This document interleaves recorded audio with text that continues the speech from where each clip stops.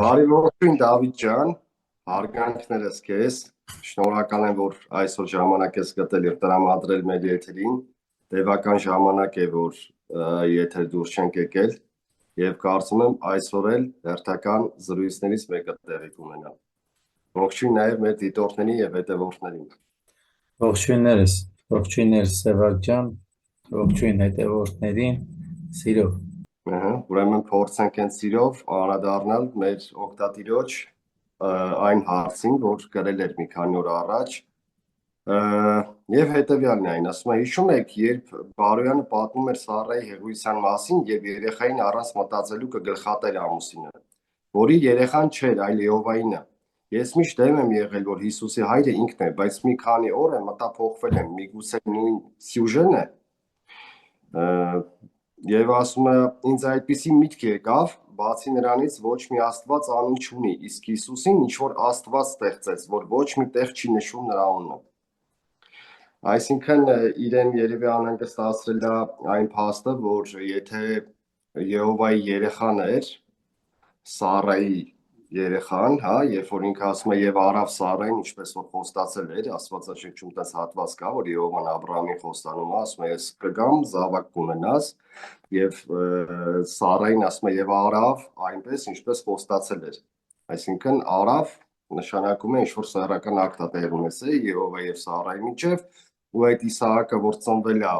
Եհովային էր պատկանում, դրա համար ասես տար գլխատի կամ ողջ մատաղ այնց համար։ Հետևաբար, եթե հայրը նման բան է ուզում, շատերը շատ քարոզիչներ, հավատացյալներ ասում են, որ Աբրահամը հայր Աստծո խորհրդապատկերն է, ինչպես նա հայրն էր պատրաստ իր զավակին զոհեր, այդպես էլ Հիսուսը որպես Աստծո որդի զոհվեց, հայրը զոհեց Հիսուսին բոլորի մեղքերի համար։ Դրա համար երևի օգտատիրոջ մոտ առաջացել է այդ մտայնությունը, որ հնարավոր է Քրիստոսը նույն Եհովայի որդին է, որտեղ նույն Եհովան պատվիրեց, որ զոհեն իր երեխային իդեմս Իսահակի։ Հետաքրքիր հարց է, փորձենք մի փոքր լուսաբանել։ Հետաքրքիր որոշառումով դաժան։ Այո, եւ դաժան եւ հետաքրքիր։ Առհասարակ մարդկությանը ավելի շատ հետաքրքրել է միշտ, եթե վերցնենք ավետարանյան պատմությունները, մարդկանց ավելի շատ հետաքրքրել է այդ կենսարագրական հատվածները, որն է ճիշտ, որը սխալ, քան թե գաղափարը։ Այնինչ պետք է լիներ հակառակը, որովհետև ոչինչ չի տալիս իրականում, թե ով ում որդին էր եւ այլ այս կենսագրական ճանապարհը, եթե իմանանք, մեզ առաջ այդքան չի տանում, ինչքան այն գիտելիքը, որը փոխանցել է նույն Հիսուսը մեզ։ Եթե այդ գիտելիքով առաջ ընթանանք, դա կլինի, որ գնացինք Հիսուսի հետևից եւ կհասնենք Քրիստոսասման այդ ճանապարհի վրա կկանգնենք գոնե։ Բայց ինչևէ, հարցը տրվել է հետևորդի կողմից, ինքս անձամբ միանշանակ ասեմ, չարժի կապել Սառայի, Աբրահամի պատմությունը, կերպարը Հիսուսի հետ, որովհետև այլ բաների մասին է խոսքը։ Միանգամից ասեմ, որ ոչ Հիսուսի հայրը տվյալ աստվածության հետ կապ չուներ, այնքանով, որքանով որ սխալ է ներկայացված, օրինակները կան, հիմա մեջ կբերեմ Հիսուսի խոսքերից, բացի դա, այո, Հիսուսի հայրը չուներ անուն, որտեղ Հիսուսի հայրը դա հավերժ մեծ էներգիան է, դա ավելին է, քան Աստված գաղափարը։ Հիսուսի հայրը դա սկիզբն է ամենի, սկիզբն է թե աստվածների, թե ողջ տիեզերքի, թե մարդկության, թե բնության ու ամենի սկիզբն է։ Եվ այդ պատճառով, ինչպես ասվում է որոշակի տեքստերում, որոնք հանված են կանոնիկ գրքերից, ասվում է չկար իրանից ավելի մեծը, որ անուն կտար, դրա համար անուն չունի, չկար իրանից ավելի մեծը, որ չափ կտար, դրա համար ինքը չափ չունի, ինքն ամենամեծն է եւ ամենափոքրը եւ նմանատիպ նկարագրություններ միայն նման նկարագրությունով կարող ենք բնութագրել այն հորը ում հողում է անում Հիսուսը իրեն կոչելով մարդու որդի իհարկե գաղափարը շատ խորն է բայց ավելի կարճ կոնկրետ ոչ այն աստվածությունը ում ունի բազմաթիվ անուններ եւ աստվածաշնչով հին կտակարանով մենք ճանաչում ենք որպես նախանձոտ աստված եւ հետեւորդ տվյալ աստվածության անունը նշում է ոչ Հիսուսի հայրը չէր որովհետեւ տվյալ աստվածությունը ինքը ինքն իրեն բնութագրելով ասում է որ իսկ նախանձոտ աստված եմ ինքս վրիժառու աստված եմ ուղղորդում է եղբայրասպանության մարդկանց ուղղորդում է կոտորածների այն դեպքում երբ որ Հիսուսը ասում է սիրիր նույնիսկ թշնամուդ իհարկե շատ հետևորդներ այդ խոսքը սիրիր նույնիսկ թշնամուդ խառնում են մեր ժամանակներում իբրև մենք քարոզ ենք անում որ սիրելը պետք մեր հարևան երկրի հակառակորդ կոչվածների ամենևին պետք չի քաղաքականացնել, որովհետև Հիսուսի խոսքը շատ ավելի խորն է տանում, քան այս աշխարհիկ բախումները, որ շատ մակերեսային բնույթ են կրում ինչ-որ առումով, ճիշտ է շատ ցավալի, բայց այդ խորությունը չունեն։ Եվ խնդիրը որտեղ է նաև, օրինակ, նայեք, նույն աստվածությունը Եհովա կոչվող աստվածությունը, որը հովանավորն է եւ հիմքն է նյութական աշխարհի նաեւ ստեղծման նյութական շեշտման ոչ տիեզերքի, ոչ ամենի, այլ նյութական աշխարհի իշխանն է, այդ աստվածությունը ինքը հոգնում է ծննդոցում նշված է հոգնում է, որովհետև ինքը մարմնականի կրող է, կոպիտ նյութի դաշտի ներկայացուցիչ է։ Դա է պատճառը, որ հոգնում է, ինչպես մեր մարմինը աշխատելուց հետո հոգնում է եւ շաբաթվա մեջ ունենք 1 կամ 2 օր հանգստի համար։ Նույն աստվածությունը նույնիսկ ուղղորդում է, որ ամեն 7-րդ օրը, որն է շաբաթ օրը ըստ իրենց հաշվարկի, պետք է մարդիկ ոչինչ չանեն։ Իսկ այդ ամենի պատասխան Հիսուսն ինչ է ասում։ Ասում է, երբ հարց են տալիս, ասում են, ինչու է շաբաթ օրը բժշկություն անում, Հիսուսն ասում է, իմ հայրը մինչ օրս գործում է, իսկ որդին ինչ պետք է անի։ Ասել կուզեր, որ իր հայրը հավերժությունն է եւ երբեք հանգստի կարիք չի զգում, ինչպես մեր հոգին հանգստի կարիք չի զգում, որտեղ հանգստի կարիքը զգում է նա, ինչը հոգնում է։ Իսկ հոգին ինքը մահկանացու չի, որ հոգնի,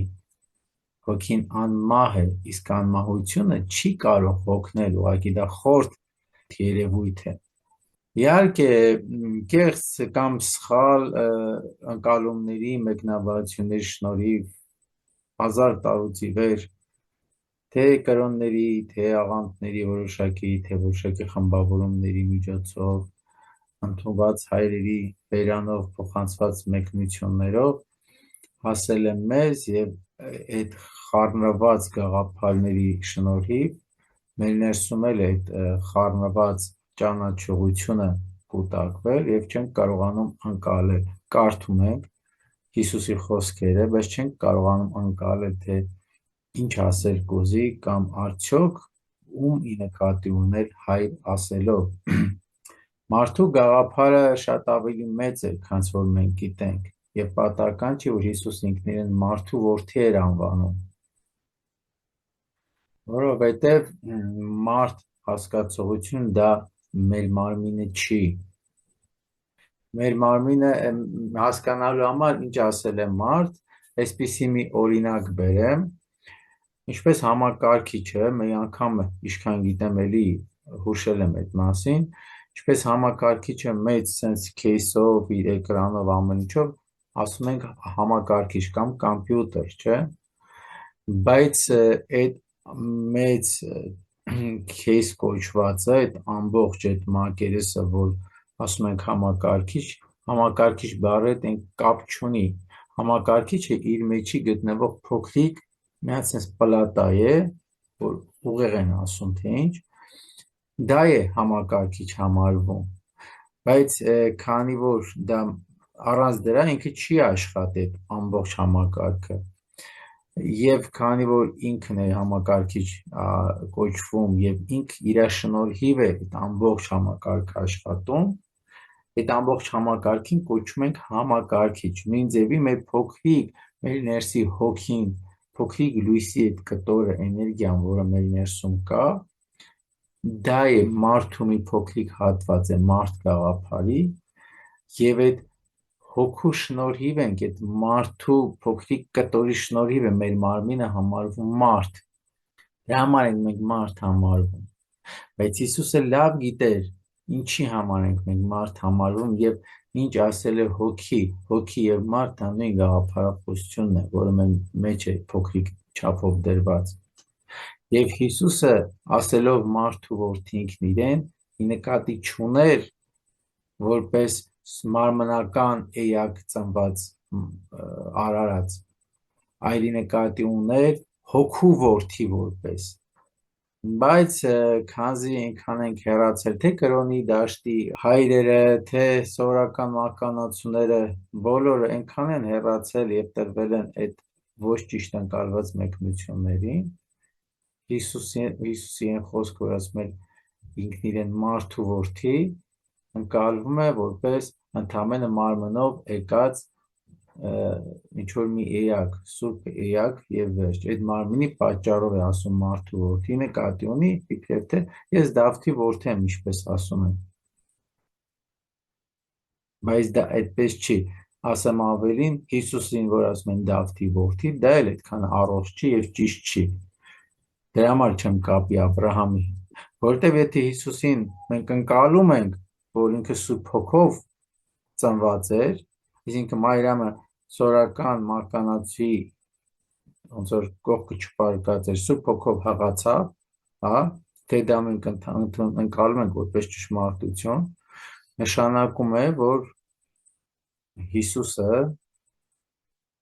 մարմնական հայր չուներ, եթե այս կողմից ենք դիտարկում։ Շատերը ասում են, որ բայց նույն հրեական համակարգում մայր իշխանություններ եւ մայրական գենով է գնում առաջ, դա էլ այդպես չի, որովհետեւ նախ Մարիամի գենը գնում է դեպի ավելի շատ Եգիպտոս, քան հրեական տարածք, եւ երկրորդը գենը եւ իշխանություն տարբեր բաներ են, այդ մասին էլ ենք փոքր խոսել, որովհետեւ հակառակ դեպքում չէին գրի Աբրահամ ծնեց Իսահակ, Իսահակ ծնեց իր որդուն եւ այլն, կգրեին, որ Սառան ծնեց Իսահակին, հետո մի խոսքով կանանց միջոցով կգրեին այդ ծննդաբերությունները, չէ, տղամարդկանցով է գնում, դա իսկ ցույց է տալիս, որ իշխանությունը եւ գենի փոխանցումը տարբեր գաղափարներ, տարբեր ձևով է գնում առաջ։ Բացի դա Հիսուսի նման անհատները իրանք չեն պատկանում ոչ մի ազգության։ Երբ որ մենք փորձում ենք սեփականացնել, օրինակ ասելով կամ ասելով հրյա են, հրյաները փորձեն ինչ-որ մի բան ասել կամ ինչ-որ հայեր ինչ-որ մի սեփականացնեն հայեր կամ բան, առնվազն ցածրացնում ենք այդ մեծ անհատի գաղափարը,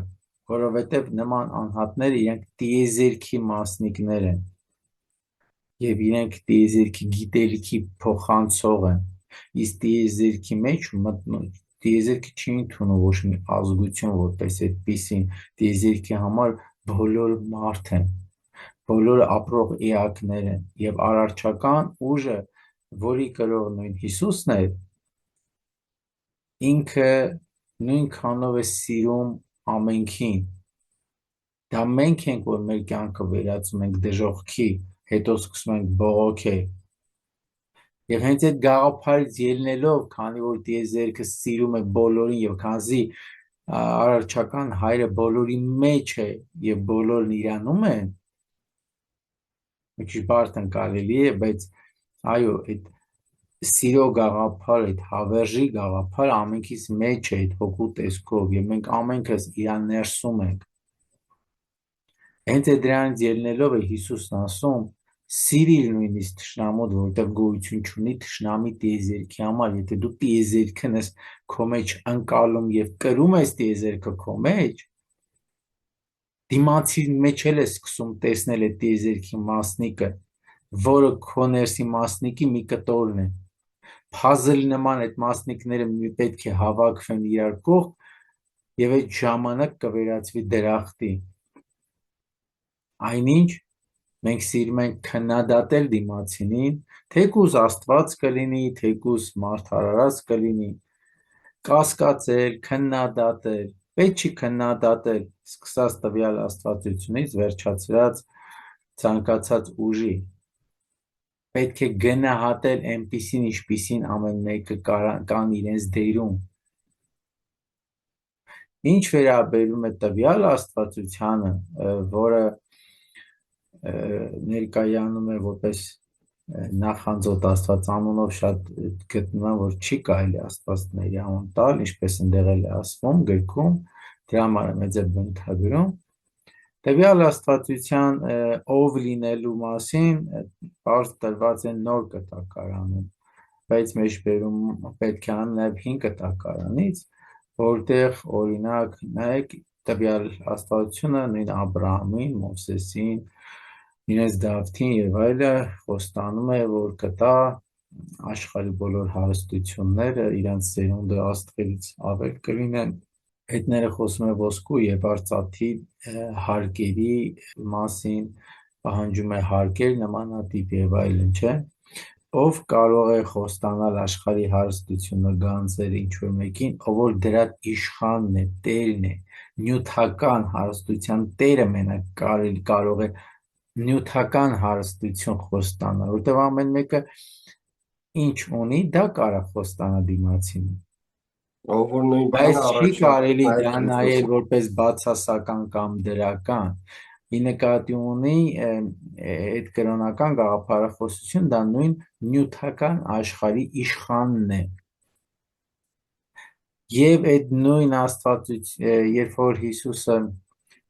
անապատում փորձության է ենթարկվում, այդ փորձյան ժամանակ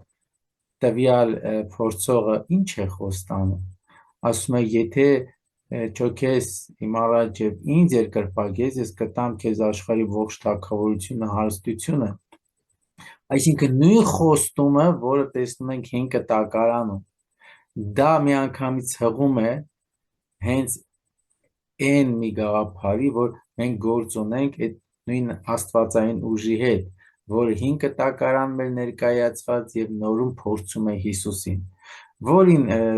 կրոնի դաշտում այլ անունով են կոչում, այն մի դաշտում այլ անունով։ Կրկնեմ, ստեղ ատելությունը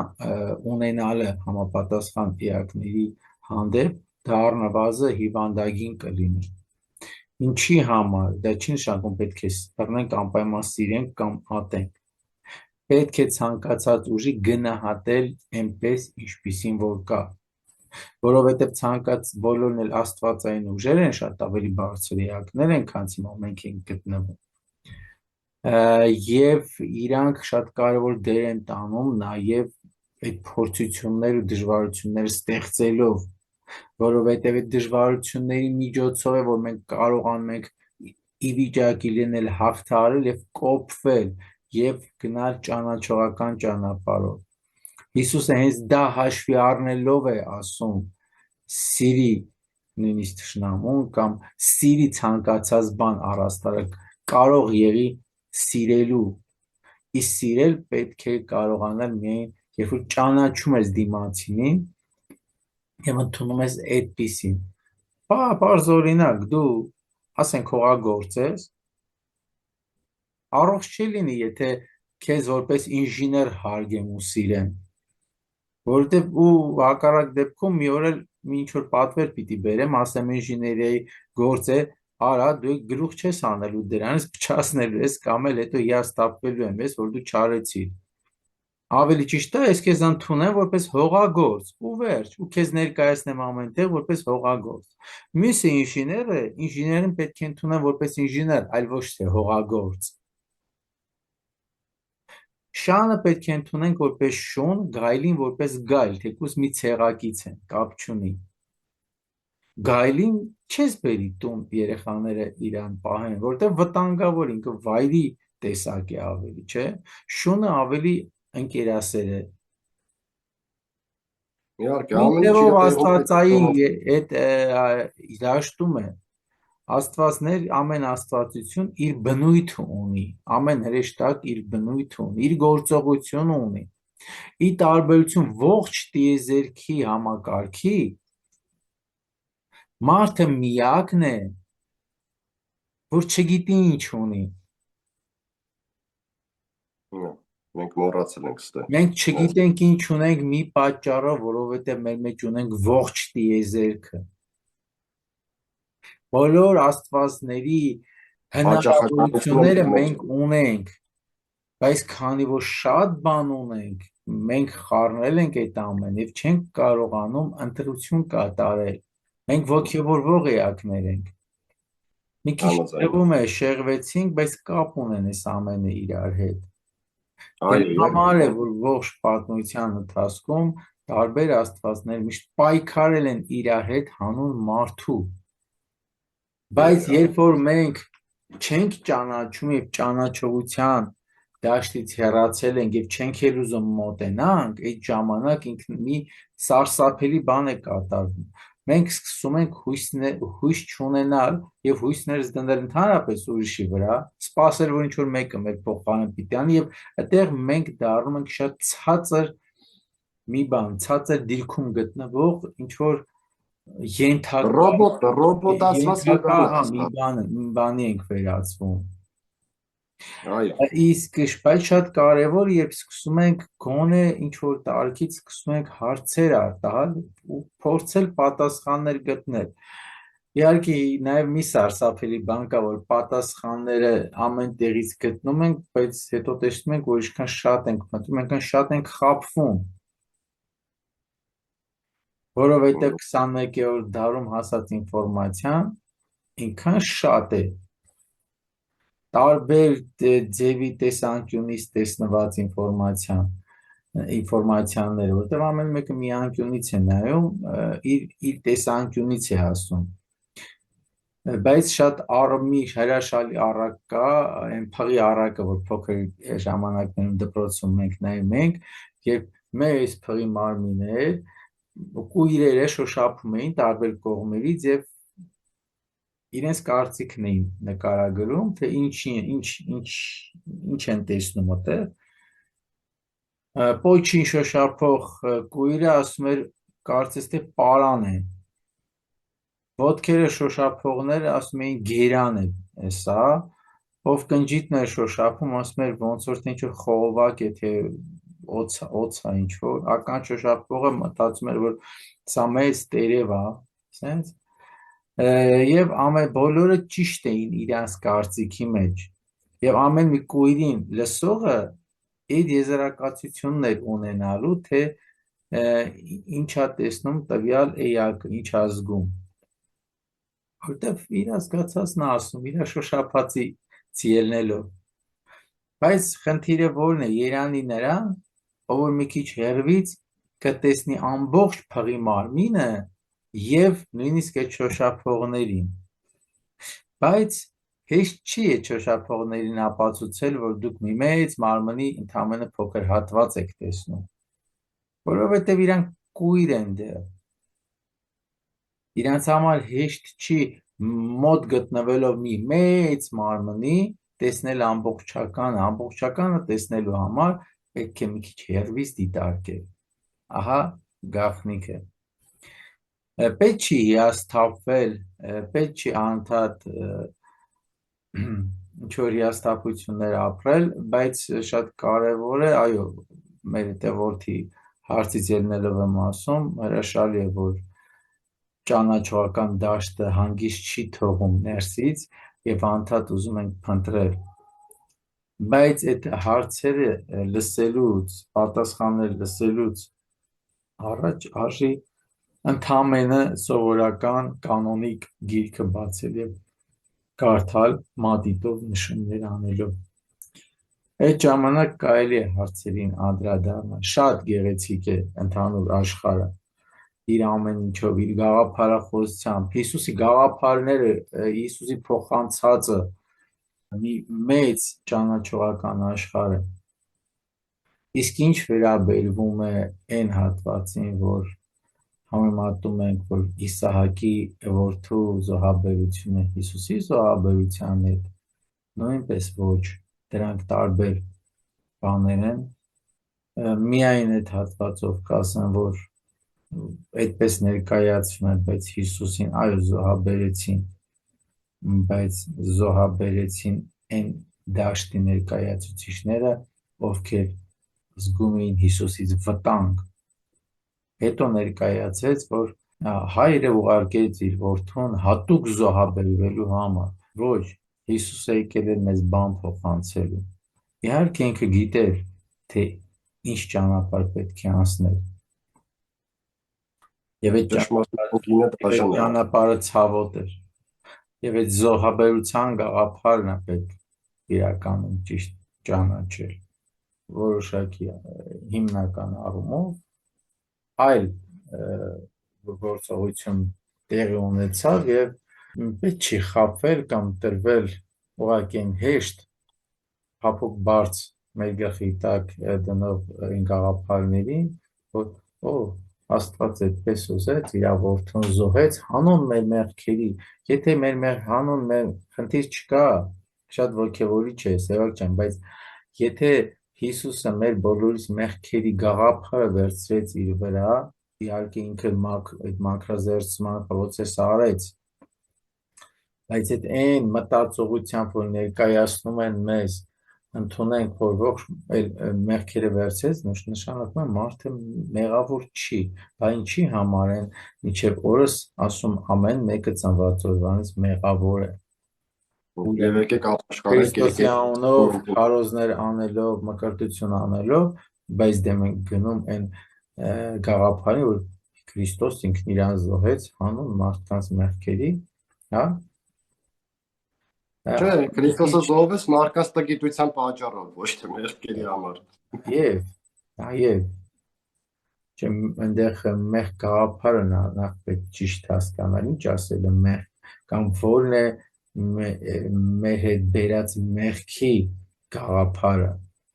Ինչի համար է մարդ որ գալիս, ասում են ծնված օրվանից մեղավոր է, որն է պատճառը կամ ինչ ասել է մեղավոր է։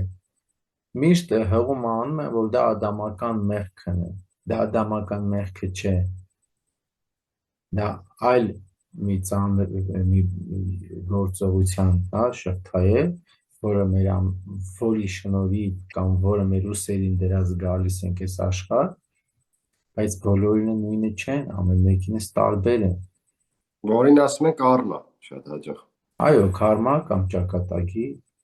Մեր տարբեր կյանքերի ժամանակ կուտակած սխալ գործողությունների հետևանքներն են մեր հետ բերում։ Եվ Երանի նրան, ով գիտակցելով հետ կնայի, ինչպես իրաց տունն են մի օր որոշում շաբաթօրյակ աներ, սենց ասած, այցև կփորձի մաքրել իր ողջ անցած ճանապարհի հետքերը, որ կարողանա առաջ շարժվել։ Առանց խոչընդոտի առաջ շարժվել։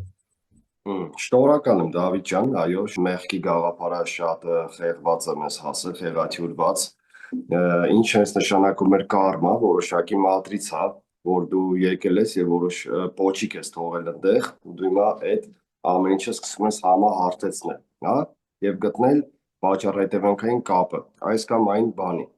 Ինչը որ դարձրեցին մեղքի գաղափար եւ ստիպեցին մարդկանց միշտ իրենց մեղավոր զգալ, ինչը որ մեղքի զգացումը մեղավոր մարդը ամեն անգամ իրեն համարելով, սարսափելի կգցի իր ինքնագնահատականը ու նա չի դառնա ինքնաճանաչ եւ ավելի նոր կարմաներ կվաստակի ինքն իր համար, ինքն իրեն չճանաչելով, թաղելով հողի մեջ եւ այն ճահճի մեջ, որից ինքը չի կարող դուրս գալ։ Դե էսի արդեն հասկանում ենք ում էր պետք, ինչ ուժերի էր պետք, որ մարդը մոռանա իր ծագումը, մոռանա իրով լինելը, քանի որ որոշները շահագրգռված են, որ մեր էության մի ստվար զանգվածը քնած վիճակում մնա, դե իրանք փորձում են ամեն եղանակով միտքը գողանալ, ճշմարիտ միտքը գողանալ, փոխարինել չինական պատենտով, օրիգինալի փոխարեն։ Պատահական ոչինչ չի լինում, Ա, Սևակ ջան։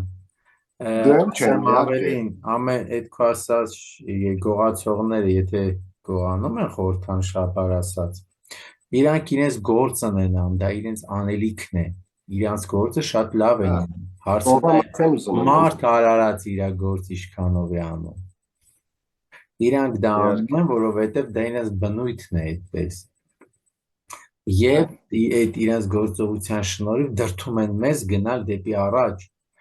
գիտակցել, ավելի ճանաչել, խոր։ գնալ ճանաչողության դաշտով, այդ ինչքանով ենք մենք դա գիտակցում եւ ուսում հասկանալ մենք ով ենք եւ ուր պետք է գնալ։ Այ դա է հարցը։ Իրանց արած վատությունը շատ հաճախ մեր համար լավություն է դուրս գալի,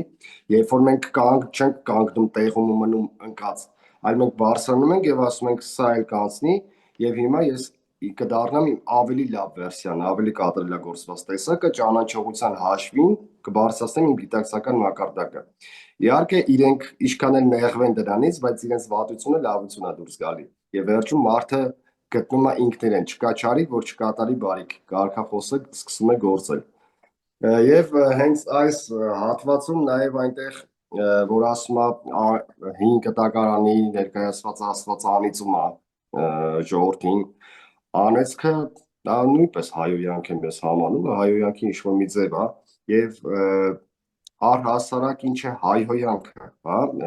ինքը եթե անիծեց, այնտեղ ասում է Քրիստոսն էլ թզենին անիծեց, բայց այդ դեպքում ուր էր իր բարոյականությունը, էթիկան, ինչի իրանք պետք է անիծեին, այն թզենին հələ ժամանակը չէր, այնտեղ գրված է, բայց արդեն ժամանակը չէր եկել, որ պտուղ տա, բայց Հիսուսը բռնում անիծում է, թեև ժամանակը չէր, որ պտուղ տար։ Եվ ասում է Եհովան էլ էր հին կտակարանի անիծում, ինչ հերն այն էլ որդին է, անիծում էին այն մեկը նրան, այն մեկը, բայց ինչ է հայոյանքը, որ շատ ազգերի մեջ, օրինակ այդ հայոյանքով կարող են սրուցել իրար հետ, դա վիրավորական չի, դրանից չի դառնում կռիվ պատերազմ, բայց մեր հայ մենթալիտետի մեջ հայոյանքը շատ հաճախ ավարտվում է դանակալությամբ, սպանությամբ, ողակալությամբ, վրեժխնդրությամբ եւ ինչ է այդ հայոյան կոչվածը, որ իր հետևից նման շարան է բերում աղետի եւ ընդհանրապես աստվածությունների պարագայում ինչ ասել այդ անեծքը։ Մի փոքր Իրեն ցանկնեց մոտեցումը հարցը հետաքրքիր ձևով է ներկայացված։ Առաջին հերթին այլ մի հատ տարբերակենք անեծքը եւ հայոյանքը կամ անեծքից սկսենք։ Կարդալով կտակարանյան տեքստերը, գրվածքները, առաջին անեծքի դրվագները տեսնում ենք հին կտակարանում արգելված պտուղից սկսած, երբ սկսվում է առաջին անեծքի օրինակները։ Անեծքը դրանք դա պատահական խոսքեր չեն, եւ մարդուն կամ առասարակ անեծքի խոսքեր դրանք պատահական խոսքեր չեն եւ ունեն իրենց համապատասխան էներգիաները։ Եվ շատ մեծ կապ ունի ով է անիծողը եւ ինչ էներգիայի տեր է անիծողը։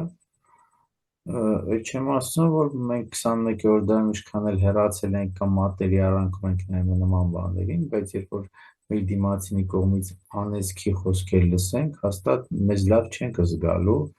եւ փոխադարձ ինչ-որ պատասխան կուզենանք տալ, եթե գիտակից չեղանք։ Մատերի արանքով ինչքան էլ փորձում ենք ուշադիր չլինել, բայց մատերի արանքով չենք նայում։ Առաջին օրինակը հին կտակարանի այդ ամենասկզբից ծննդոցից սկսած մենք նկատում ենք տվյալ նյութական աստվածության կողմից անեծքի շարաններ, բայց հետաքրքիր է ի տարբերություն Հիսուսի անեծքի շատ մեծ տարբերություն կա։ Նայ տվյալ աստվածությունը ինքը ներկայանալով որպես բոլորի ստեղծող, հա, չնայած շեշտեմ, որ ինքը չի ասում տիեզերքի ստեղծողն է, ինքը նյութական աշխարհի դաշտում է ներկայանում որպես ստեղծող եւ իր ստեղծածին է անիծում հատկապես մի էակին իր ողջ անեծքները ուղղված են մարդ արարածին, որը ինչպես ասեցինք շատ ավելի մեծ ուժ ունի գիտակի ժամանակ, քան ցանկացած մի աստվածություն։ Ասել կուզեմ, իր մեջ պարունակում է ողջ տիեզերքը իր ամեն ինչով եւ անիծել նման զոր ուժի, ինչա որ ինքը թմբիրի մեջ է գտնվում, ամենայն դեպս ճանաչողական դաշտում այդ մի քիչ առողջ վիճակ չի, ընդունելու վիճակ չի եւ օրինակ վերցնելու ձև չի դա, որ մտածենք, նայ Աստված անիծում, մենք էլ անիծենք։ Ցանկացած աստվածություն իր խոսքին տեր է կարողանում լինել, բայց մենք ինչքան ենք կարողանում այդ շղթան հասկանալ անեծք ուղղելուց։ Ինչի համար, որտեղ անիծելով ինչ-որ մեկին, օրինակ, սովորական օրինակ բերենք դիմացինին, չի բացառում քո անեծքը իրոք աշխատող լինի, որովհետև դա խոսքեր են, բայց այդ խոսքը էներգիա է փոխանցում եւ այդ էներգիայից ինչ-որ հիվանդություն կառաջանա կամ ինչ-որ մի բան, բայց հետո կարող է մի օր պարզվի, որ անիծել եք ձեր երեխան օրինակ սիրահարվել է տվյալ մարդու երեխային, բայց այդ երեխան է այդ անեծքից վնասվել։ Կարաք այդ բումերանգի օրինակով այդ անեծքը հետ բերել ձեզ դեպի։ Դրա համար առողջ բան չի անիծելը։ Ինքը նույնիսկ ասեմ, մենք հատորյակ ունենք, մեծ հաստ գիրք ունենք անեծքների շարանի եւ օրհնությունների շարանի, հետաքրքիր մի անգամ ձեռքս ընկավ, իհարկե իմը չէր, բայց շատ հետաքրքրված նայում էի, բարձում է բավականին շատ լուրջ նման խոսքեր կան, ձևեր կան, մարդիկ մշակել են այդ ամեն ինչ եւ դրանք պատահական խոսքեր չեն, դրանք մոգական խոսքեր են որոշ առումով, որոնք դեգրադացված վիճակում են հասել մեզ եւ իրանց մեջ մենակ պարունակում են այն բացասական տեսքը ու վերջ, բայց դրանք դա էլ այդ խեղված վիճակով այդ խոսքերը, այդ նախադասությունները իրանց մեջ էլի այդ բացասական էներգիան պարունակում են։ Դրա համար ամեն անեծք իր ներսում մահվան եւ ցավի էներգիա է պարունակում, ինչքանով է առողջ դիմացինի ցավը մատուցել, ամեն մեկս փորձենք ընտրել, հատկապես հիմիկվա մեր ժամանակներում, երբ որ համացանցը բացում ես, քաղաքականությունից սկսած վերջացրած անձնականից անեծքների եւ հայհոյանքներ են հղվում իրար։ Չենք հասկանում, որ այդ ասում եմ նույն անեծքը տվյալ մարդուն ասելուց կարա ինքը սենց ասած կպնի տվյալ մարդու երեխուն, թորանը, ոչ թե տվյալ մարդուն։ Բայց չի բացառում, որ այդ թորը իմաստ պիտի դառնա վաղը միսօր։ Վերջ այդ անեծքի մթնոլորտը, օրինակ մեր հայ ժողովրդի մեջ այս պատերազմից սկսած հատկապես ցավալի դեպքեր են եւ այլ, բայց այդ անեծքի վատ մթնոլորտը, որ սպատել է մեր երկիրը, անձրևի պես այդ էներգիան մեզ է գալիս, դա պետք է գիտակցել, ասում են ինչ անենք, եթե դիմացինը անիծում է, դու 10 անգամ օրհնություն տուր իրան, մի հատ օրհնանքը 1000 անեծք որպեսզի այդ էներգիան չեզոքանա եւ քո օրհնության էներգիան ավելի լինի, քան թե այդ անիծողի։ Հավատացնում այդ անիծողը մի պահ սենց կարող է ապատիկ հայացքով նայել եւ ներողություն խնդրել, որ անիծել է, որովհետեւ դու փոխարեն իրան օրհնում ես։ Բացի դա, ոչ թե տվյալ մարդու աչքի առաջ մենակ օրհնեք, անընդհատ իրան օրհնություն տվեք, որովհետեւ ինքը ավելի տուժված է, քան ցանկացած մեկը, որովհետեւ ինքը այնքանով է տուժված, որ չի գիտակցում ինչ է անում, չի գիտակցում, որ իր խոսքով իր ընտանիքն է քանդում, խեղում, ի տարբերություն նրան, որ նկատում է, որ անիծել լավ բան չի։ Անեծքի խորհուրդը, անեծքի գաղափարի մասին, ինչ վերաբերում է Հիսուսը, որ անիծեց այդ վերածը օրինակով, Հիսուսի դեպքում ներկայացված է մի անեծքի դեպք, երբ անիծում է ոչ թե մարդ արարածի, այլ թզենու, այո, որի տակավին ժամանակը չէր հասնելու, բայց դա խորհրդանշաբար է ներկայացված, ինչ առումով, որովհետև ողջ տիեզերքը միշտ պատրաստ է լինում գործելու համար նման էակների ներկայության ժամանակ։ Այ օրինակ Հիսուսը երբ Երուսաղեմ պետք է գնա, ասում է գնացեք սարի վրա, մի ավանակ կտեսնեք իր ձագով, վերցրեք եւ բերեք։ Երբ ինչ որ մեկը կհարցնի ուր եք տանում, ասեք տիրոջը պետք է, տանում ենք եւ ինքը կտա։ Բայց այդ մարդը ինչ որ անծանոթ մեկն էր թվում է, չէ՞։ Բայց դա ցույց է տալիս, որ ողջ տիեզերքը Հիսուսի գալու հետ միասին շատ նաև արժանավոր էակներ էին եկել, որպեսզի ապրեին իրենց կյանքը 30 տարի, 40 տարի, եսիմ քանի տարի, որ գար այն պահը, երբ պիտի ծառայությունը իրենց մատուցեին մարդու որդուն, եւ հետո գնային այս աշխարհից։ Եվ այդ էակներից մեկը օրինակ այդ ավանակի տերն էր, որ պետք է տար, ուրիշին չէր տալու։ Ինքը ամբողջ իր կյանքը ապրել էր այդ սարի վրա, սպասելով, որ այդ գործողությունը պիտի կատարի ու գնա։ Նույն ձևի կույրի բժշկման ժամանակ, երբ որ ասում են, որն էր պատճառը, որ ծնողների մեղքերի համար, թե իր մեղքերի համար էր կույր ծնվել, ասում է Հարսյալի գործ ապացուցելու համար։ Այդ մարդը ծնվել այդքան տարի ապրել, որ մի պահ պետք է հանդիպի Հիսուսին եւ անի տվյալ գործողությունը։ Նույնիսկ ձկները, երբ Հիսուս ասում է ուրկանը գցեք, ձկները գալիս են լցվում են ուրկանը, որպեսզի ցույց տա, թե ում հետ գործ ունեն, ում խոսքին են եկել, դեպի ում խոսքի կողմ են եկել։ Բայց ինչի ես կանայեցի, այդ թզենին չէր ենթարկվել տիեզերքին եւ չէր ընդունել, քնած վիճակում էր ինքը, թեկուզ տակավին հասնելու ժամանակը չէր, բայց այնպես մի մեծ էներգիայով լեցուն էակ էր եկել, սովածացել եւ թզենին պետք է այդ պահին պտուղ տար, թեկուզ ժամանակը չէր, որ Հիսուսը հագենար, հագեցներ իր քաղցը, բայց քանի որ ինքը քնած թմբիրի մեջ էր, այդ պատճառով Հիսուս չորացնելով օրինակ բերեց, որ նայեք թմբիրի մեջ չմնաք, թե չկնմանվեք այս թզենուն, ով որ մարդու որդու ներկայություն այդ մեծ էներգիան չի զգում, հարցը իր անձը չի, հարցը մեր ժամանակների մասին էլ է։ Եթե մենք ապրում ենք բույսի նման մենակ ուտելով եւ կարիքի չենք զգում ինքնաճանաչման, արարչականի հնտրտուքի մեր ներսի այդ լույսի բացման, կարիքը չենք զգում, այդ թզենու նման կարող է չորանալ։ Իսկ այդ process-ը չորացման ավելի դաժան է լինում, քան թե թզենու, որտեղ թզենու մասին 2000 տարի է մենք բոլորս լսում ենք, բայց տվյալ մարդու, այսինքն գնալուց հետո այս աշխարհը լքելուց հետո մոռանում են իրան, որտեղ ինքը կյանքը բույսի պես է ապրել։ Շատ կարևոր է մարդու պես ապրել, քնած չապրել, այլ հնարավորինս գոնե արթուն ապ, գոնե գիտակցել, որ քնած ժամանակ դու երազ ես տեսնում, գոնե երազը գիտակցել, այն ամենը գոնե վիճակն եմ ներկայացնում։ Իսկ թզենին այն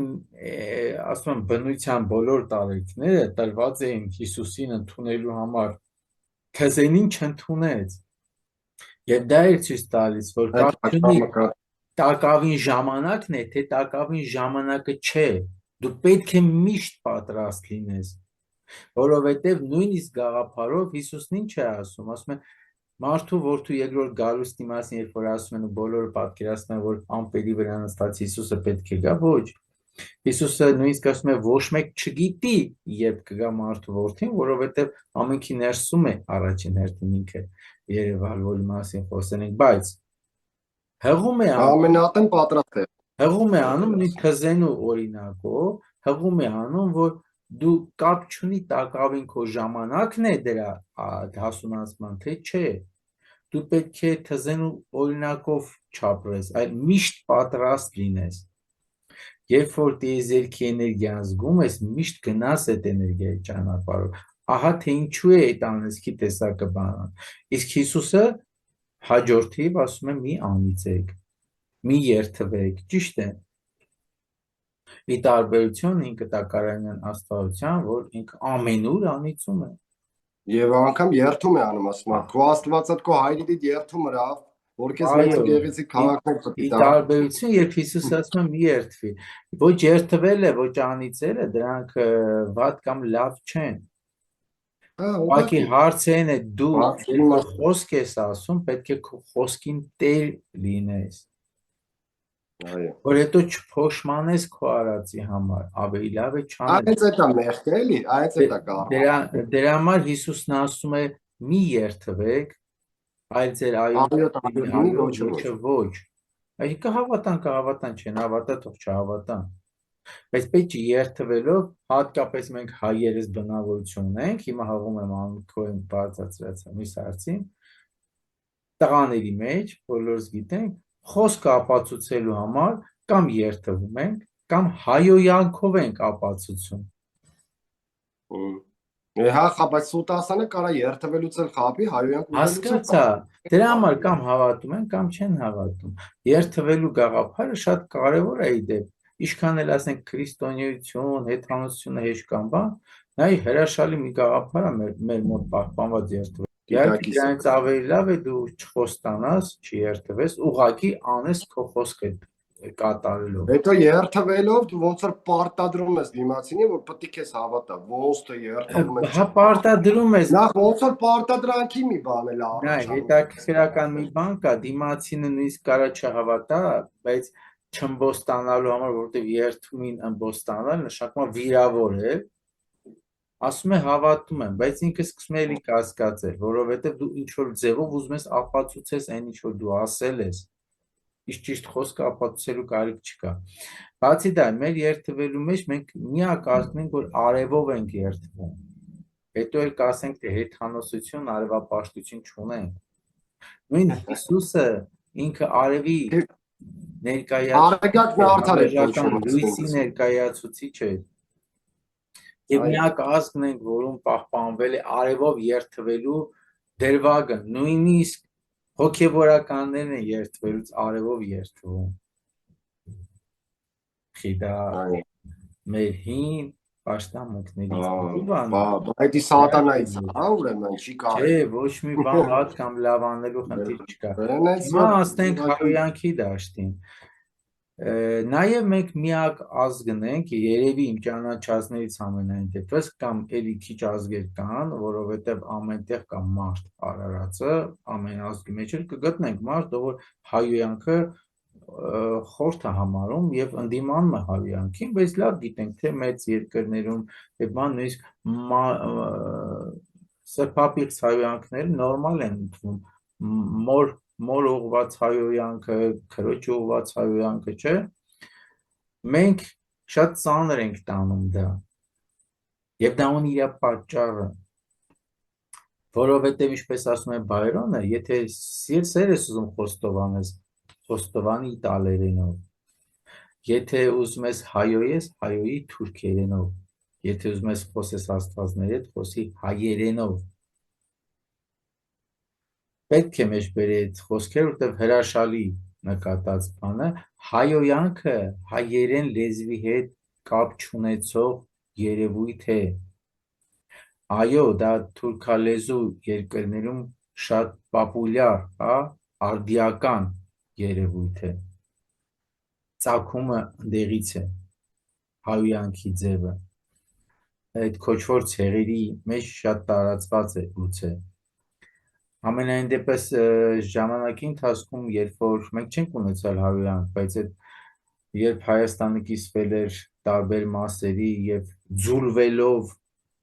մեր արունը նույնիսկ շատերիս մեջ փոխվեց, ձուլվելով արաբների, պարսիկների, թուրքերի, այո, ձուլվելով թե մշակույթը խառնվեց, հետո Կոմիտասի շնորհիվ էլի մաքրվեց,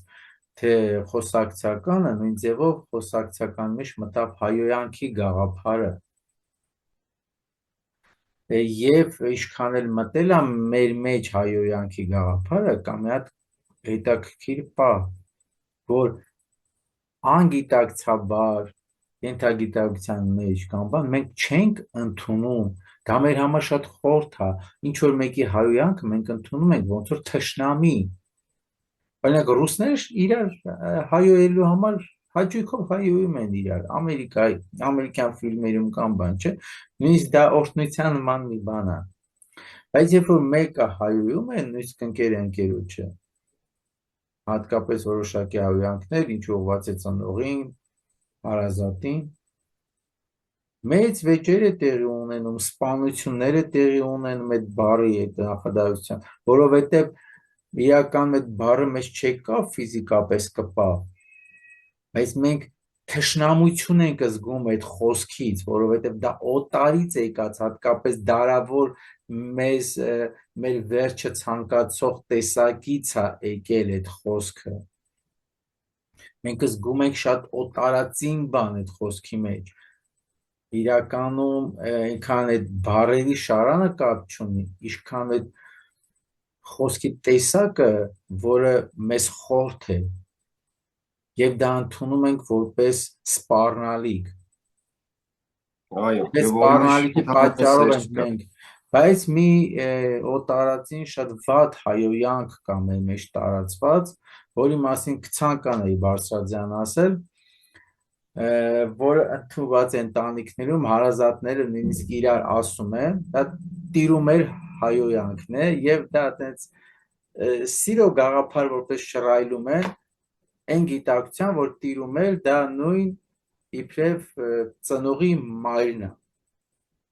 բայց ոչ մեկ իր ծնողին չի ասում տեր պապա կամ տեր մամա, բայց մենք ասում ենք տեր Աստված, ես չելնի, չէ,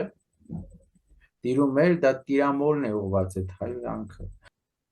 Եթե վերցնենք այն հիմար գաղափարով, որ իբրև չէ դա հոր կամ մոր ծնողին են ասում եւ այլը, դե ինքը արդեն այն աշխարհում է կամ բան, այն նույնն է, եթե քո կողքը քո հորը մայր հայոյեն, դու խելոք կկանգնես եւ կժպտաս, իհարկե ոչ, էլի պատերազմ կստեղծեք կամ ձեր մորը, եթե էլի հայոյեն ծնողին, չէ՞։ Այդ ոնց է ստացվում, որ թեկուզ այդ գաղափարի մեջ, եթե ձեր հայրը կամ մայրը ձեր կողքին չի, ինչ որ մեկը ըստ ձեր գիտակցության ձեր տատիկին կամ պապիկին է հայում, դա նորմալ եք ընդունում, բայց ծնողի ներկայության ժամանակ նորմալ չեք ընդունելու։ Հասկանում եք, անմիտ գաղափարներով ենք ապրում, այդ չեմ ասում, խոսքեր ենք շռայլորեն իրար տալիս, որը շատ սրբապիղծ էներգիա է իր մեջ պարունակում։ Իհարկե, թե այդ անեծքների շարանը, թե այդ հայոյանքների շարանը, թե այդ բացասական էներգիաներով լի խոսքերը ու գրառումները, որ լցվում են եթերների տակ, տարբեր եթերների տակ, հատկապես քաղաքական դաշտում նկատի ունեմ, երկու աղբեր, հերու աղբեր, ընտանիքի անդամներ դուրս են եկել իրար դեմ, չեն հասկանում, որ դա մտածված է արվում ազգին մասնատելու, բաժանելու համար, որ հեշտ ենթարկվենք։ Այնինչ այդ հայոյանքներն ու անեծքները վերածվեն օրհնությունների, հրաշք խոսքերի եւ ձեռի բռնած փորձենք ոտքի կանգնել։ Եթե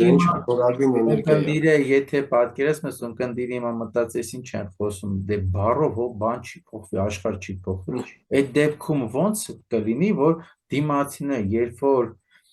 քեզ բառով ինչ որ հայոյանքի տեսքով բառ է ասում, դա ֆիզիկապես ոչ մի ցավ չի պարգևում քեզ, բայց այդ բառի համար դու պատրաստ ես վնաս տալու այդ մարդուն։ Պատրաստ է, որ այդ բառը շատ կարևոր դեր ունի մեր կյանքում, ավելի քան ֆիզիկական ցավ պատճառելը, որտեղ եթե մեկը գա հարվածի քեզ, հետո ներողություն խնդրի, ասի գժվել է, էլի մի բան աչքիս երևաց դրամ արարեցի, դու կներես, բայց եթե ծնողին ուղված հայոյանք տա, անպայման միջև չծեծես, չես հանգստանա։ Բառի համար մենք պատրաստ ենք միջև սպանություն գնալու, Բայց ֆիզիկական ցավի ժամանակ երբ որ ներողություն են խնդրում, չէ։ Նույնիսկ հավելուց հետո երբ որ ներողություն խնդրի, դու անպայման մի ցավ կպատճառես իրան, որտեղ մեր մեջ այդ բնույթը կա, որտեղ դա շատ խորթ ու ցավոտ բան է, հայերիս համար հատկապես։ Դա շեշտում եմ եւ առանձնացնում եմ, որ հայերիս համար հատկապես։ Դրա համար շատ կարևոր է, որ չնայել դիմացինի ինչքան է անցում, հնարավորինս օրհնություն տարածեք։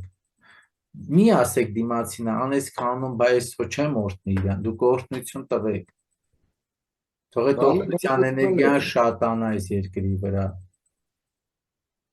Որովհետև անես իրան մեջ մահա պարունակում օրհնությունը կյանք։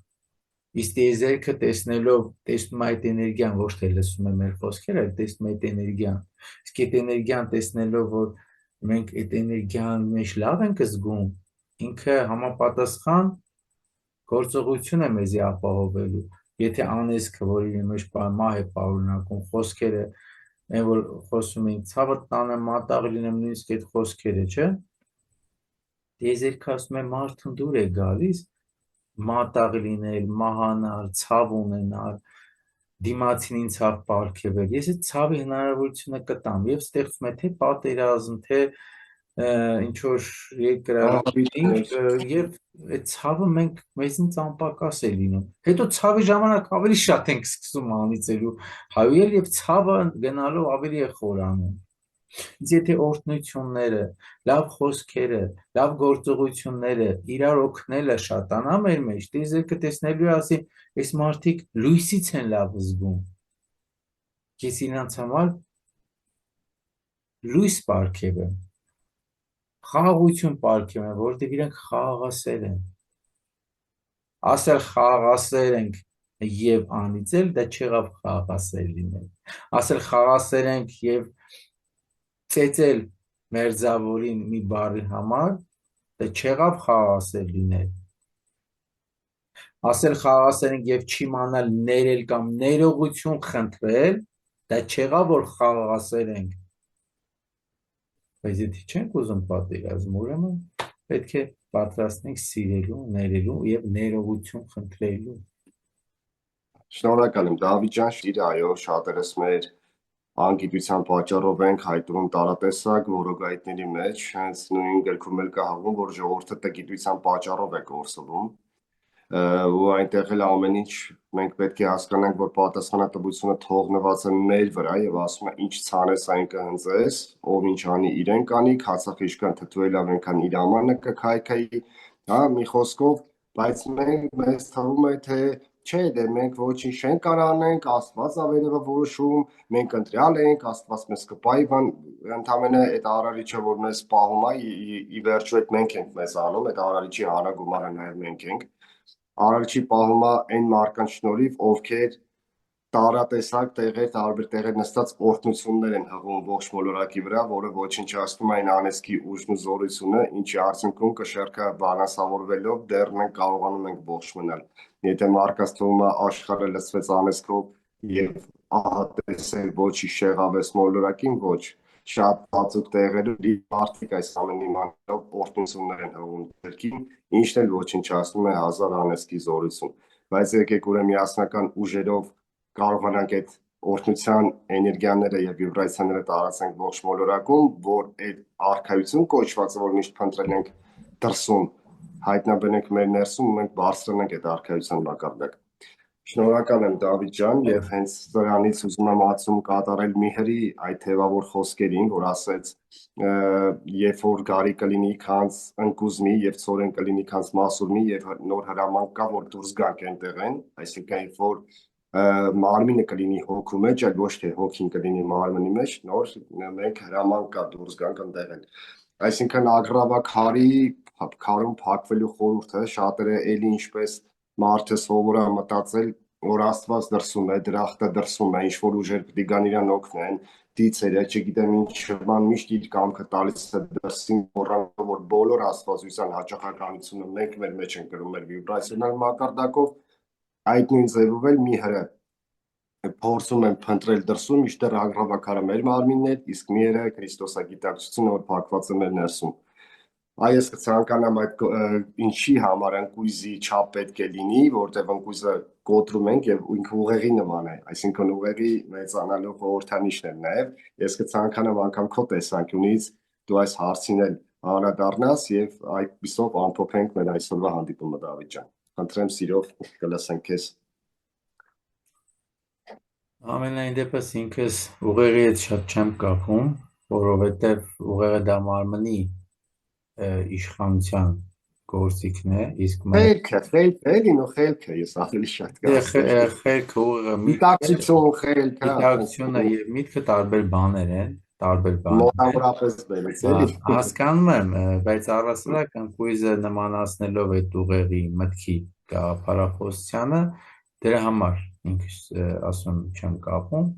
շատերն են կապում, խնդիր չկա, կարելի է եւ այդպես դիտարկել։ Համենայն դեպս ավելի պարզ ուղղակի կարճ լինելու համար ավելի պարզ ձևով կցանկանայի ասել, հատկապես վերջերս առիթ շատ ալինում այդ հարցին անդրադառնալու։ Ինքս կողմ եմ, որ ցանկացած ինքնաճանաչման դաշտի հետ կապված բան առաջին հերթին մեր ներսով դիտարկելու այդ process-ին եմ կողմ, իսկ ինչ ասել կուզի մհերը, նախ ինչ է նշանակում ագրավաքար եւ ինչ է նշանակում մհերը մտնում է ագրավաքար, ասելով այդ խոսքերը նաեւ իդեպ ինքը ասում է եւ ամեն տարի ինչ որ կոնկրետ մի օր նշվում է, որ դուրս է գալիս, տեսնում է աշխարհը ինչ վիճակում է, նորից հետ է գնում ագրավաքար։ Առաջին հերթին շատ կարևոր է գիտակցել, որ այդ ագրավաքարը դա մեր մարմինն է։ Այն քարացած վիճակում, որի ներսում բայց գտնվում է մհերը, նույն հոգին, նույն լույսն ու նույն մարդը կամ Քրիստոսի մի փոքրիկ հատվածը, ոնց կուզեք դիտարկեք։ Եվ անմիջապես կապ ունի նույն քրիստոնեությունը եւ մերի գաղափարախոսությունը, ընդհանրապես մեր էպոսը Քրիստոսի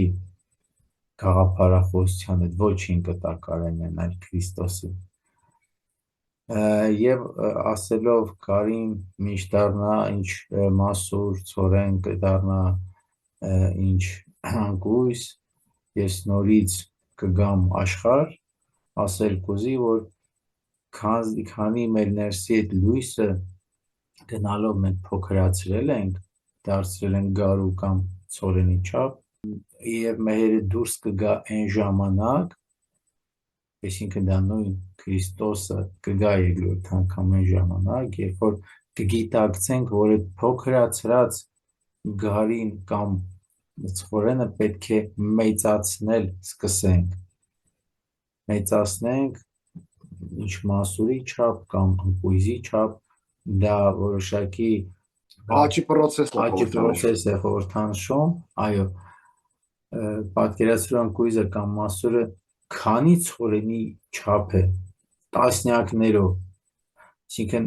հերիք է տասնյակներով մեծացնենք մեր ներսի լույսը, դա արդեն ինքնին գնալու այդ մեծացման process առաջ, եւ դա սկիզբը կդառնա մհերի դուրս գալու, ոչ թե դա վերջնակետն է չափսը, դա սկզբնակետն է, որը հետո անverջ մեծ չափի է դառնալու, որը հենց այն քրիստոսանալու process-ը, Երկրաչափական պրոգրեսիվ, այո, եւ մեր ներսի, մեր իսկ այս ագրավաքարից մհերը պետք է դուրս գա, ինչպես ասում է ամեն տարի մի անգամ ինքը գողտուկ դուրս է գալիս, դա իմ խորհրդանիշն է, որ օրինակ պահքի շրջան կլինի կամ ինչ-որ որոշակի նայեցում համար ոնց է արտահայտվում, դա կարող ամանորյա տոների հետ կապված լինի կամ որոշակի ինչ-որ պահի որ վիբրացիաները բարձր այս տարվա մեջ լինում է հաստատ մի օր, երբ որ մենք ինքներս սկսում ենք մի պահ մեզ հարց տա, մի ինչ-որ կարիք ենք սկսում զգալ, ինչ-որ մի բանի, որին մենք չենք նկատում կամ մոռացել ենք, բայց մեր մեջ ինքը անհանգիստ վիճակվում է, դա այդ մհերի տեղաշարժի մասին է խոսում, իսկ երբ որ մենք ներս մտնենք, գիտակցելով այս ագրավաքարի բնույթը եւ ներս մտնենք, փորձենք ներսի լույսին սնունդ տալ, այդ մհերին սնունդ տալ եւ իրան մեծացնել, արթնացնել, իհարկե մերը կպատրի դակրավակարը եւ դուրս կգա։ Դա նույն երկրորդ գալուստը կլինի ցանկացած մեկի ներսում։ Այդ պատասխանի հիման վրա է Հիսուս ասում, ոչ մեկ չգիտի երբ է գալու երկրորդ անգամ, որովհետև նայեց ում մեջ երբ կգա, ոչ մեկ չգիտի, այդ գիտի մենակ հայրը ասում է, այն հայրը ում փոքրիկ մի հատված մեր ներսում է, որի շնորհիվ ինքներս ապրում ենք։ Չգիտեմ ընկալելի է ասածս թե չէ։ Այո, Բայց եթե մենք նստենք կամ գնանք վանում այն քարին կպնենք, նկարվենք կողքը, որ մհերի դուռը կոչվում, իդեպ մի քանիսը կան, հրաշալի իդեպ հետաքրքիր քանդակված բան եւ իր շատ լավ էներգիայով իդեպ դա չեղավ որ մենք մհերին մոտեցանք, մենք մոտեցանք ավելի քարացման, եթե ընդունում ենք որ հենց այդ քարն է մհերի դուռը, մենք ավելի վերածվեցինք ամուր ագրավաքարի եւ ագրավաքար պատահական չի որ կոչվում է, այ եթե հեքիաթների մեր հանդիպումներին մասնակցեին, այ ագրավի խորհուրդ եւ շատ խորհրդանիշներ կիմանային շատերը եւ պատահական չի հենց կոչվում ագրավաքար, այլ ոչ թե ուրիշ թռչունի կամ բան, որովհետեւ ագրավ ինքը շատ կարեւոր խորհրդանիշ ներկայացնող թռչուն է, տարբեր աշխարհները իրար կապող թռչունն է, որը միայն մահաբեր գաղափարի տակ ենք մենք ընկալում իրան, ոչ այդպես չի։ Մի խոսքով, մհերի խոսքի անդրադառնալով հակիրճ ձևով այսքանով կդիտարկեմ, որովհետև այս մի քանի նախադասությունը հերիք է, որ անսահման մտածելու տեղի տա մարդուն, ում հետաքրքիր է անպայման այդ անհանգստությունը կառաջացնի, ով ականջունի կլսի, ով աչք ունի կտեսնի։ Ահա թե որն է մեր խնդիրը։ Իհարկե, երբեք մհերը դուրս չի գա, երբեք Քրիստոս չի գա երկրորդ գալուստով այն մարդու համար, ով ընդամենը հետաքրքրված է ու վերջ։ Այն նույն առակի օրինակով, երբ որ ցորենը ցանում է սերմնացանը, մի մասը գնում է ապառաշ քարերի վրա ու ագրավների կեր կամ ճամփեզրին անկնում, հա, մի մասը ճամփեզրին, մի մասը փշերի մեջ անկնում է, բայց փշերն են խեղդում, հա, մի մասն է լավ բերի հողի մեջ։